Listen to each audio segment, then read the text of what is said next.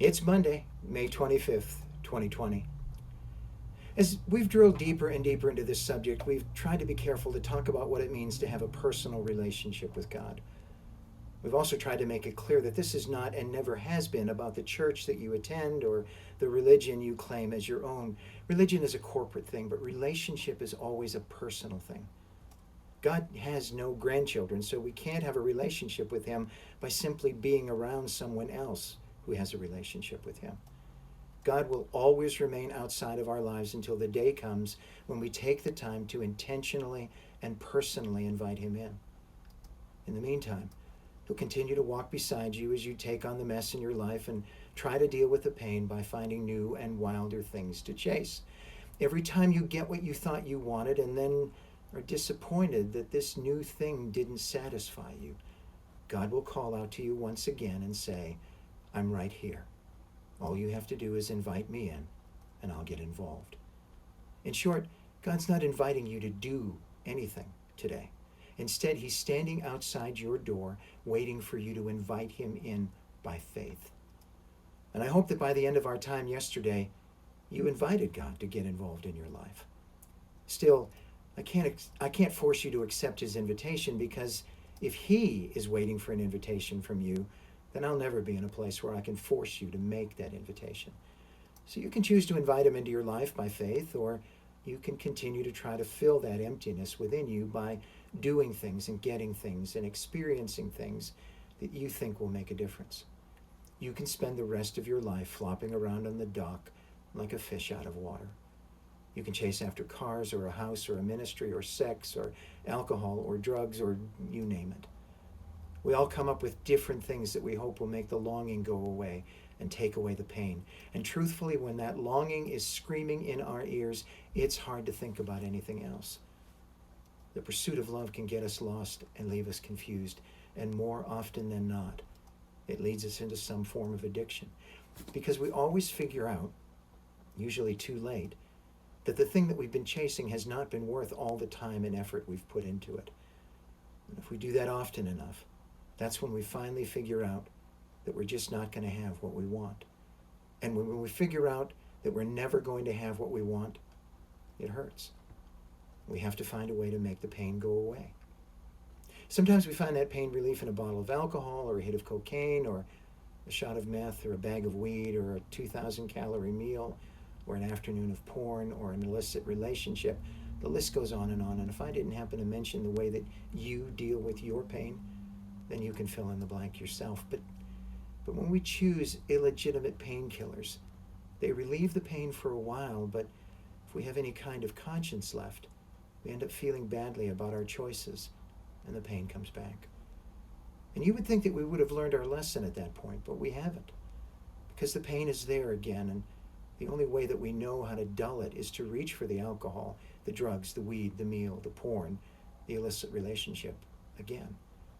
And that's how the cycle of addiction gets started in our lives and begins to control us. We try to fill the void with pleasure, but pleasure without satisfaction is addiction. We live what one author has termed lives of quiet desperation, but the truth is that there is no quietness in us. Our need to be loved screams within us. Our need to fill that emptiness outshouts every other voice in our lives. And it will continue to scream until the need has been met and the void's been filled. I had a close friend that I met way back in 1976, way back in the last century. Faith and I met him and his wife before we left the U.S. to head for the Philippines. We spent as much time as we could together, and both they and we had a daughter at about the same time. When we made the decision to go to the Philippines, they were the first, or one of the first, to step up and encourage us to go, and even told us that we could count on them for support for our ministry. They showed up and helped us pack when the time came, and he drove me to my house one afternoon to pick up me and a large crate that we were shipping to the Philippines, and we drove it together to Boston Harbor, there at the dock. He had a great personality, an engaging sense of humor, and a nonstop smile.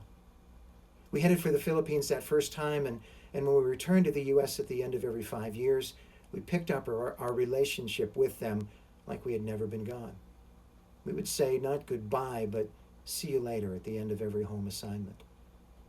The years went by, and our daughters were by now 15. And while we had had other kids, their daughter was still an only child, and she and her mother were both beautiful. And then one October Sunday at 8 a.m., he put a pistol in his mouth and pulled the trigger. And his daughter found his body a few hours later. I've struggled since then to imagine what it was that motivated him to do that.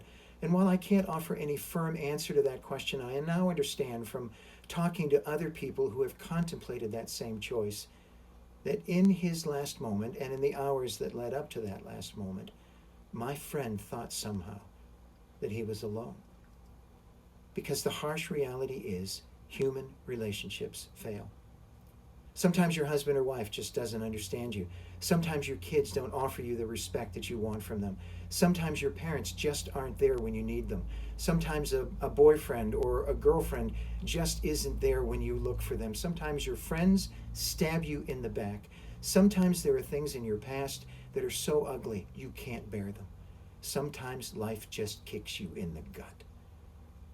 At times like that, we can reach for our painkiller of choice or begin to wonder if there's another alternative.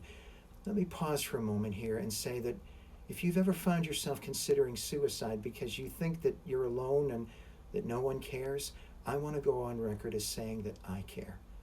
And that I'm available to chat if you just reach out through the website where you're viewing this. I care about you because of who you are. And I care about you because the one that I love most loves you most. And that means that there's an unbreakable connection between you and me. And there are others who care as well. Help is always available. You just have to take a few minutes to look for it. Don't end your life because of problems that come and go. Get the help that you need before it's too late. Remember that suicide is a permanent solution to a temporary problem. So don't choose a permanent solution to solve a temporary problem. Now, most of us would not consider suicide, at least not physically, but many of us reach the conclusion that we'll never have what we want. The love, respect, and acceptance that we're seeking seems always to be just out of our reach, and we commit emotional suicide. By that I mean that we say to ourselves, if I can't have what I want, I'll just stop wanting. And the people who make that choice are the most pitiful people of all.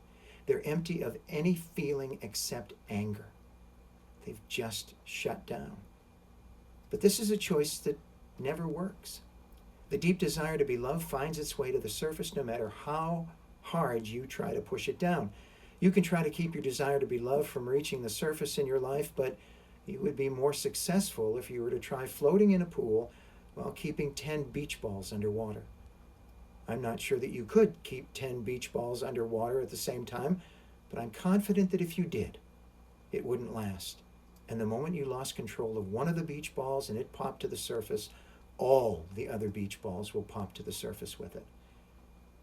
And I don't want to spook you, but when you decide that if you can't have what you want, then you'll just stop wanting, then you're choosing to bury your desire alive.